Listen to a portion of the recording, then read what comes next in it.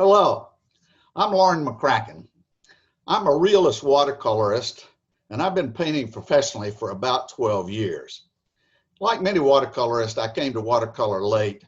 I was an architect for many years and didn't paint, didn't draw, didn't do anything. I was the marketing guy. And then the year I turned 60, I had an opportunity to take a watercolor class, and here I am today, a full-time watercolorist, a retired architect, and I'm really enjoying a second career.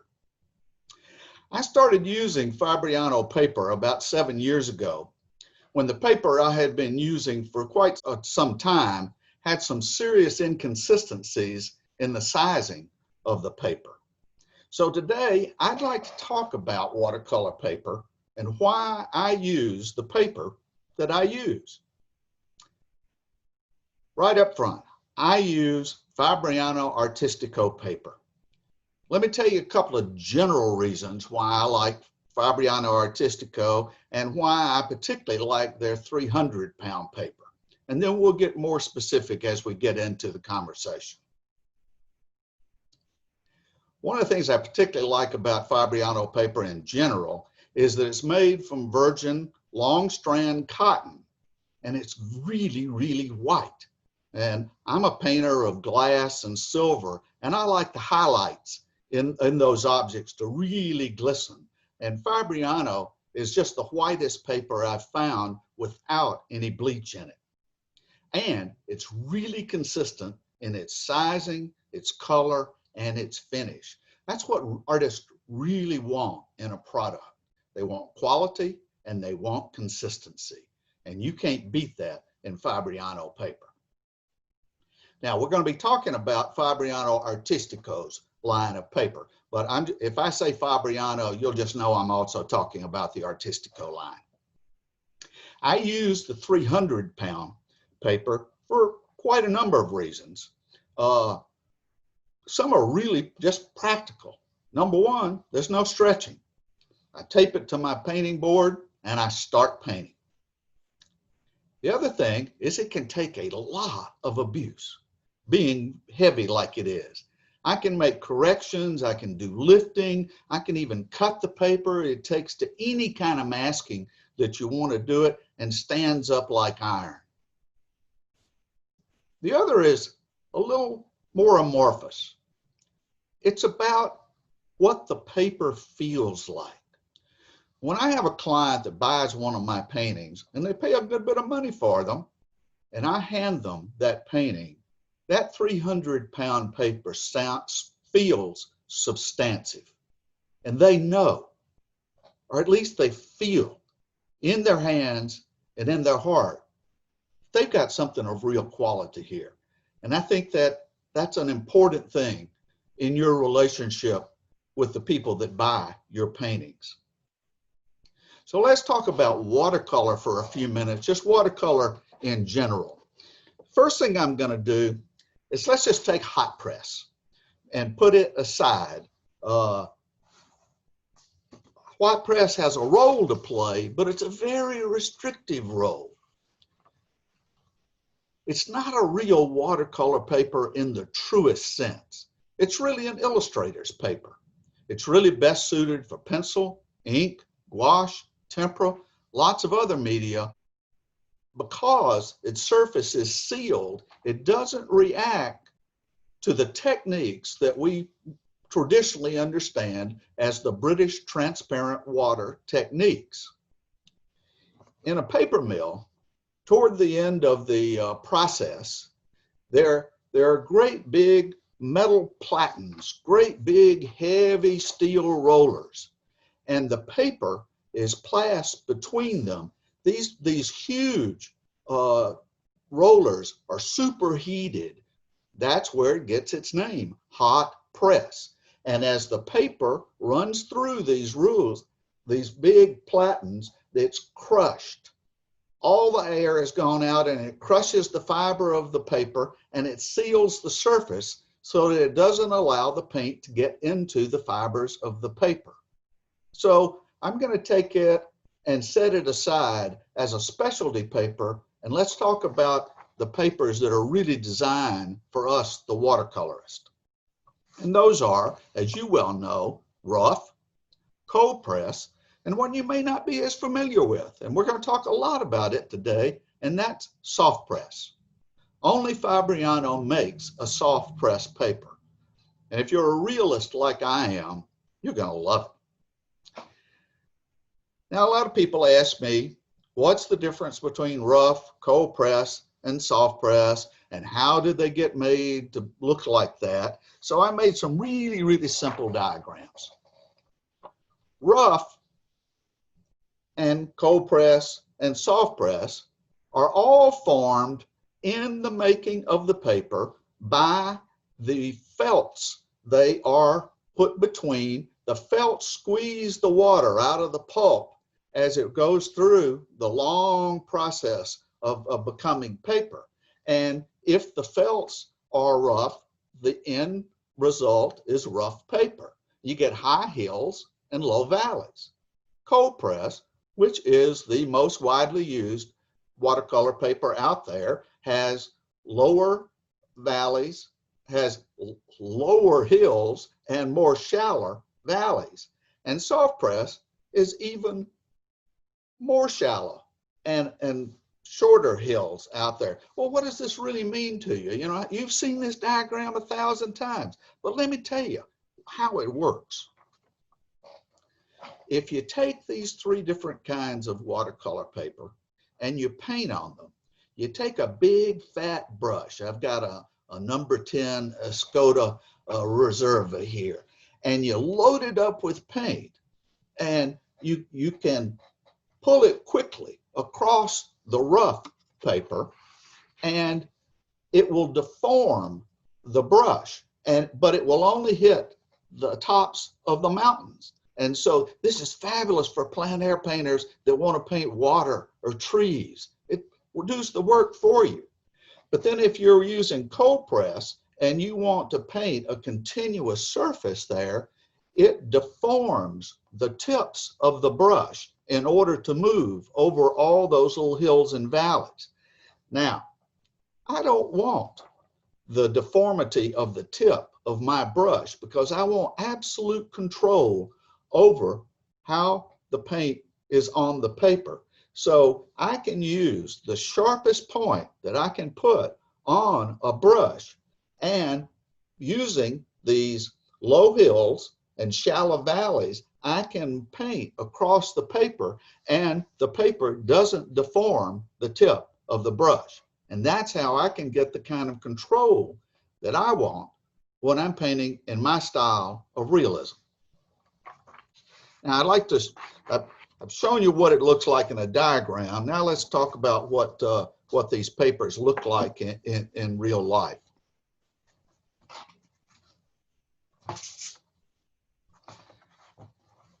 This is Fabriano's cold press. This is probably what many of you are using. You can see when I turn it in the light, you can see the low hills and the shallow valleys. But if I put it up against a rough, then you can see. Take that brush and just sweep it across the surface of that paper, and it will only hit the highlights of the paper. Really useful for some techniques out there. Now, you add to that the soft press, and even as I turn the light, you can see a little bit of texture, but nothing compared to the other two papers out there. Now, if you compare that to some handmade papers, now that's really, really rough.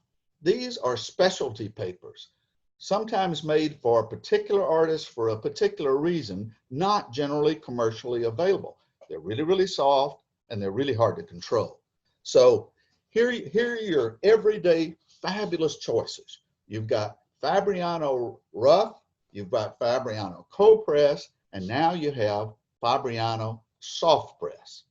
I'm going to show you how I use Fabriano soft press to do what I do when I paint. Here's a photograph of a small still life that I use in a number of my workshops. In fact, there'll be a CD later in the year that will take you through how to do this. But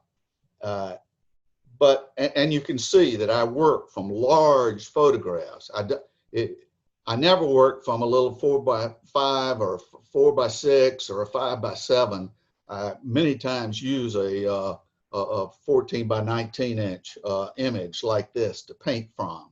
And what I'm looking for in my style of painting is I want the silver to just be as smooth as glass. I also want this glass to be nice and smooth and sparkly where I need it, but I also want the details of where that glass is ground to be hard edged, and I want those details in the chasing of that teapot to really be precise. So here is the first step of painting that photograph. Here you can see that what I did first is I painted the pears. And the pears I want to be luscious. And the great thing about soft press paper is that these are painted wet into wet. Something people think they can only do on cold press paper. Not so. So I let the paint do all the work. I just paint them wet into wet, drop the paint into the wet paint, and let them blend. Because Fabriano soft press is made just like the cold press and the rough, it has these long fibers in here. If you let the water or the paint sit on the paper, it will soak into the paper so you can work the paint into the paper. So I can make these pears as round as I want them. Same thing down here with the broad surface of the glass. I can let those colors blend and be as smooth as the glass. Now, when I move into painting the teapot, though, and here again, I want this to be a very smooth, round surface up here. And because I can let that pigment get into the paper and I can move it around, I can make it look round by making it as soft on the edges as I need to. But when I come down to this chasing in here, I can get my number 4 brush, Kolinsky, with a really sharp edge on it, and I can paint in here and I can get whatever level of detail that I want. I can do it right down to the little knobs that are on the closer for the lid, and those little bitty details that are around the lip of the lid up there. I can mask them or I can paint them, and I can get a lot more control out of the soft press paper because I'm not painting up the side of one hill and down the side of another hill. I'm painting across a relatively smooth surface. All Fabriano papers are really rough and they really stand up to a lot of abuse out there. But I want to illustrate this right here in front of you, magicians that we all are as watercolorists. I used this painting about 6 months ago in a demonstration. And so I put on it some drafting tape to mask the stem of that pear. So I'm going to take the edge of that and I'm just going to pull that drafting tape off of there, and it didn't disturb the paper surface at all. It is still just like the day I started painting on it. You can't say that about every paper that's out there. Now, this little area over here is an area that I wanted to be white later when I painted the fabric, so I put masking fluid on it. Now, I'm going to take my masking fluid remover. Let me put it on my desk here.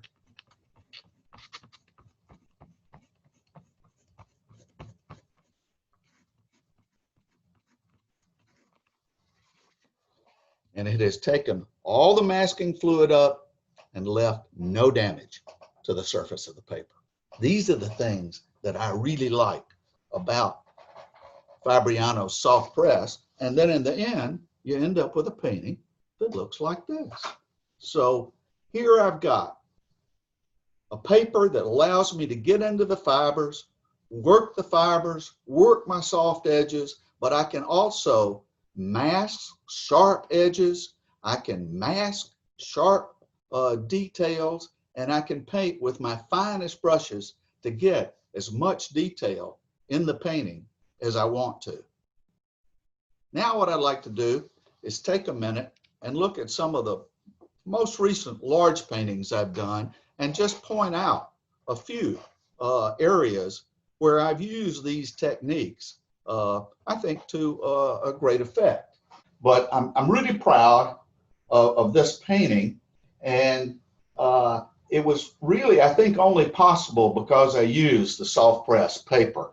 Let me point out just two or three things that I was able to do in this paper that would have been really tough.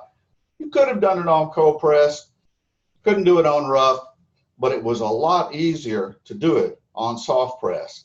I mean, one of the things we all watercolorists want is to find products that help them make their job easier and therefore more enjoyable. It's fun to paint. It's not fun when it's not fun. So if you can find a product that makes it easier for you and more enjoyable, go for it. This works really well for me.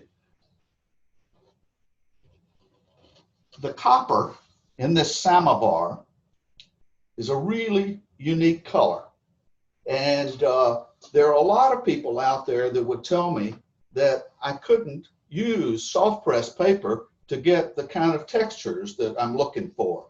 Well, I think the texture of this copper, old beat up copper, this samovar is a couple of 100 years old, but was able to get the paint into the fibers of the paper, push it around while still holding this wonderful highlight in here.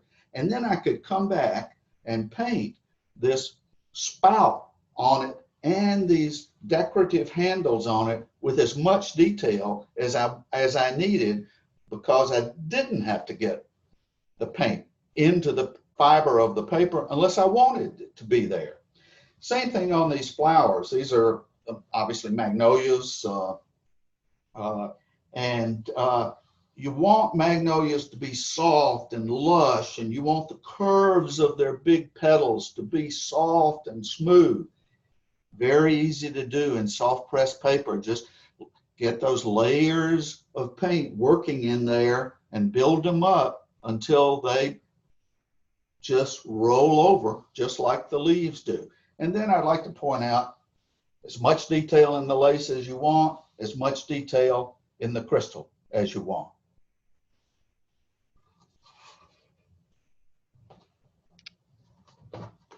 This is just a classic combination of lots of little detail, even down to the string around the cap of the ball jar. But this is an old quilt that's been in our family for a few generations. My grandchildren have used it in front of the television for years. Dogs have flopped on it. It is just as soft as a kitten's behind. And that's what I wanted to show. I wanted to show there were no creases, hard creases in here. Even when they're folds, they're soft. So I could do that by taking my fine brushes and work them into those little shapes. I'm not using my number 6s. I'm not using my number 10s. I'm using my 4s and my 2s to make that little area just as soft and round and lovely as it needs to be. So you can do great big folds in linen or cotton or whatever you want, or you can do lovely little folds. Just depends on what size of your brushes you use, because the soft press allows you to do that. Again, there are a lot of people that tell me they use cold press paper and hot press and rough press because they really don't think that they can get the textures that they're looking for in soft press. Well, I'm a real texture guy, and I think this is a pretty example of that. This is an old door. I shot and took this photograph in Shanghai, China, and I have used a lot of highly granular paints to paint the parts that were rusty. But it also, because it is soft press paper, I could do very, very subtle shading in here, where over time, this board has become a light gray at the bottom, and then right at the edge, it's collected all kinds of soot. So I could do that with a fine, fine brush, but I could also do all these little chips and crackles of the paint because I'm just painting on that relatively smooth surface. I can get as fine a line as I need to describe the detail. It's all about the story you're telling to your audience. So you find a substrate like this fabulous paper, and then find the right brushes and the right pigments to achieve the effects that you want to achieve. Now, this is a really, really rough texture. Fairly successful, I think. The extreme of that is plastic.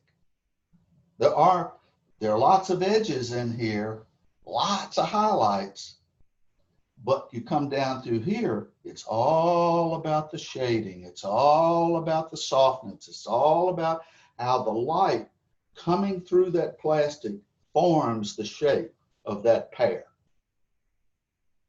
I think it's just easier to do it on soft pressed paper.